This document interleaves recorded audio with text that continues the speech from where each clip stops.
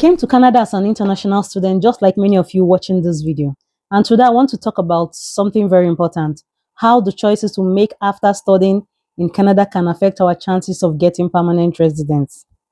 Trust me, I've made those choices myself and I've watched friends make same, some rightly and some not very rightly. Hi guys, welcome back to my channel. If you're new here, I'm Celine Chibuzo, and on this channel, I break down all you need to know about studying, living and thriving in Canada as an international student, a permanent resident, or an immigrant in general. I also like to share my knowledge and life experiences. If this sounds like something you like, why don't you go ahead and hit the subscribe button and turn on your notification bell so that you get notified whenever I post more videos. And for my old subscribers, thank you so much for being there. Don't forget to continue liking and dropping your comments in the section below. So, guys, let's have a real talk. The first thing I want to talk about is high pay versus PRO potential. Do you know lots of people after school go for high paying jobs or jobs with fancy title without considering the fact that this job might not help them get permanent residence? I know back home in our various countries, some of us had high paying jobs, we had fancy titles, we want to maintain that class in quotes. So coming to Canada after studying, you're looking for project manager role, area manager role, business analyst role, one very big title. Don't get me wrong, there is nothing, absolutely nothing wrong with aiming high or having a high dream. But do you know the main and the hard truth? Canada and IRCC does not care about your job title. They don't care about how well paid you are. They only care about if your job is an occupation in demand. As we can see, even IRCC draws are really shifting these days. So they don't care about all those things. Is your job an occupation in high demand? Is your job meeting the needs of the province? That's what IRCC will focus on. So why would you settle for something you know very well the chances of getting PR is lower when you have something that will give you PR? I made the choice of leaving a higher paying job for a lesser paying one because I knew that higher paying one was not going to give me PR. I asked myself, do you want money or do you want PR? You will get the money later. So why don't you suffer now and enjoy later, or enjoy now and then you want to suffer later? No, think about it. In Canada, you have to think smartly and choose wisely, otherwise you're going to make a mistake. When I first came to this country, I had friends back home. Everybody was just calling me, hi, have you gotten a job? Even if you tell them, oh yeah, I've gotten something doing, oh, where? If you mention the name of the company, as what? Who cares? Some of them just want to know, they want to ask, and some people want to now impress somebody, and because of that, so that people will not say you're a cleaner, you're this or that, you now want to leave something that you will start with and be aiming for something high, and before you know, the months and years you have on your PGWP is just going like that. I've seen someone who clearly left a job that was going to give her PR, that was even an occupation in demand, high demand for that matter, for something else, not in high demand like the other one. And that person has not gotten PR up till now. And they are getting stranded. Their PGWP is expiring. So we have to really think well and make the right choice. Don't impress anybody. If you have a good high paying job that will also give you PR, then go for it. But when you know that it's not going to give you PR, why focus on the money for now? Make the right choice. Which brings me to my second point: not willing to relocate or move to other provinces. Your placenta was never buried where you are. Some people have told themselves, you see this place, I am not leaving, because they either came there to school or for whatever reasons, and you don't want to leave. In my case, when I first came to Canada, I knew I did not have a final destination until I get my PR or until I get a clear path for PR. So it affected my choices, it affected the things I did. I don't buy things anyhow, I don't buy things on impulse. If I buy something, it has to be what I really need, to be honest. Because I don't want load or property to be a stumbling block when it's time to move. I knew from the onset that anywhere I see this PR faster, I'm willing to move.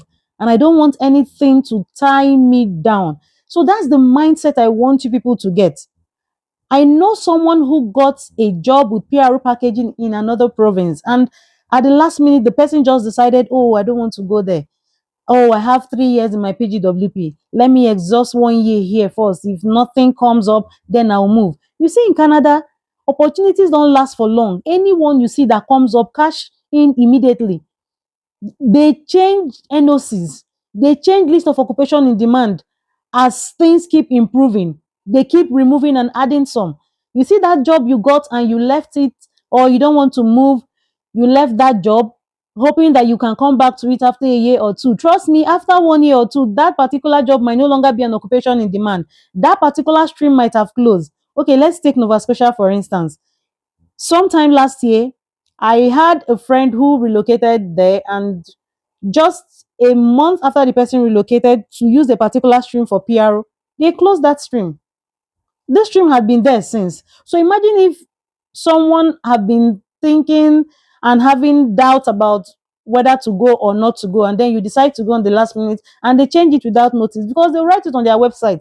We have every right to suspend any pathway at any point in time. So while you're going and keeping your fingers crossed, work fast, act smartly. There is no time to delay.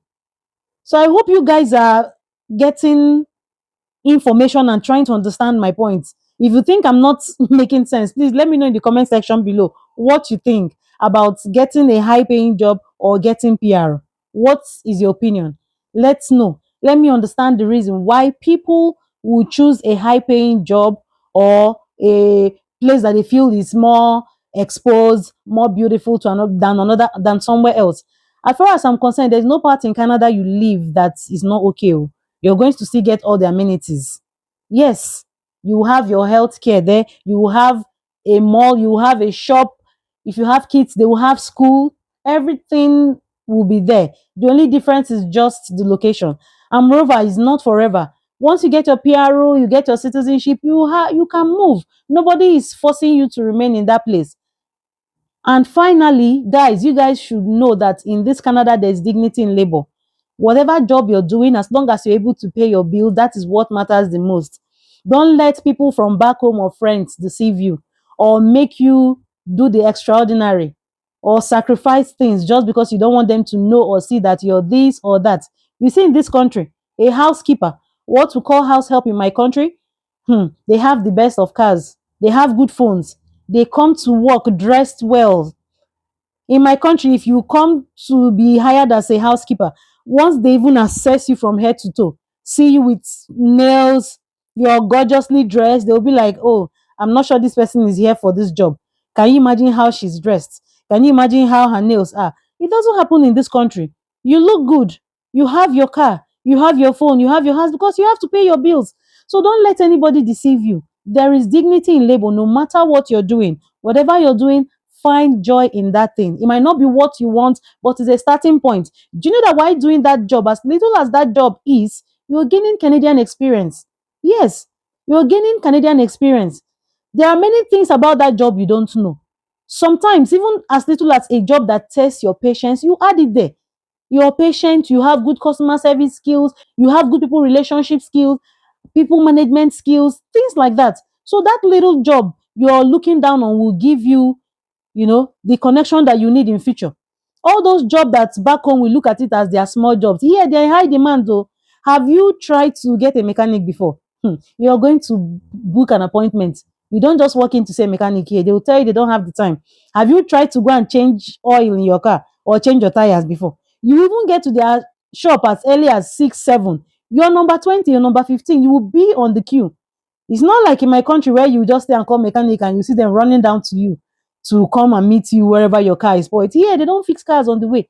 You're going to get a towing van that will move the car to the mechanic shop. You bring it to them. So don't look down on any occupation, guys.